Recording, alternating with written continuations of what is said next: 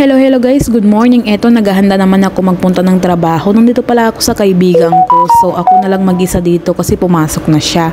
So, ang ginagawa ko is naghahanda ako ng coffee ko at makakain ko. So, ang aking breakfast naman for today is corn. Kasi wala, nandun sa room ko yung kinakain ko na avocado. So, ito yung ginagamit ko na pang-wash sa aking face. Dinadala ko po yan para maalis naman yung oily ng ating mukha kasi nagpaparami doon ng pimples yan. So, dadalhin ko rin ng chips na to para ibigay ko sa aking alaga. Yan lang nagpapasaya sa kanya pag nagdadala ako ng mga pagkain. Ganyan, hindi niya ako inaaway.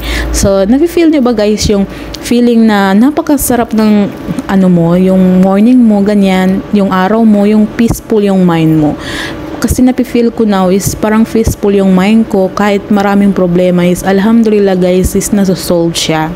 Pero guys, sa mga pamilya ko dyan, huwag niyong ulit-ulitin, char. Alhamdulillah guys kasi may mga kaibigan na ako tumutulong sa akin dito para i-advise ako ng ganyan-ganyan para maging peaceful yung mind mo. Ganyan, good, char. Sana all ganyan-ganyan. Yan, yung sabi nga ni matanda is huwag mo masyadong isipin yung mga problema mo. Huwag mong masyadong isipin yung taong hindi naman nagbibigay ng positive energy sa'yo. Ang isipin mo is be happy na lang, ganyan. Always pray to God, ganyan, na maging peaceful yung mind mo, maging okay ang lahat, at magiging magaan yung buhay mo pag ganyan ang isipin mo. Huwag mo masyadong magpaka-stress daw, ganyan siya sa akin. So sabi ko, tama naman siya, ba't ako magpapaka-stress sa mga taong wala namang kwenta, char. Yeah, sa mga problema na pwede naman ma-solve, diba? Hindi ibibigay ni God yan sa'yo ang problema na yan kung hindi mo masosolve, diba? Always pray lang sa Kanya. So, yung feeling na napaka-comfortable, napaka-feeling fresh, char, maka-feeling fresh, parang napaka-fresh ng heart mo, mind mo, na ganun, yung masosolve mo yung isang problema, diba?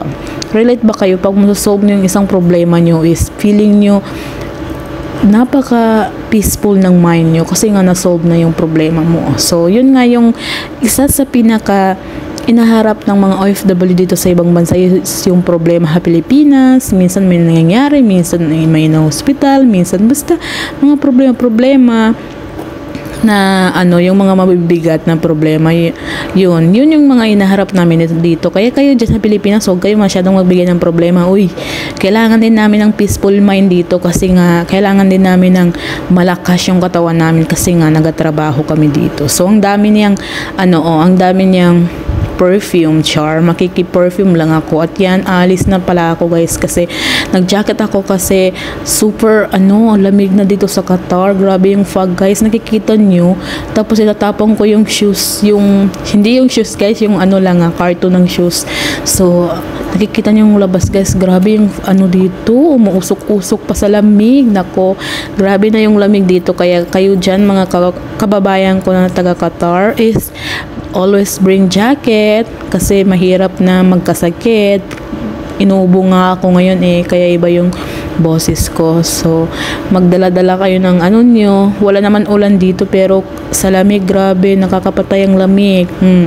Ang lamig-lamig talaga. Always bring your jacket talaga dito. So, yan guys. Yan yung kwentong pang-araw-araw natin guys. So, musta na po kayo and thank you for sa lahat na nanonood sa akin. Maraming salamat sa inyo.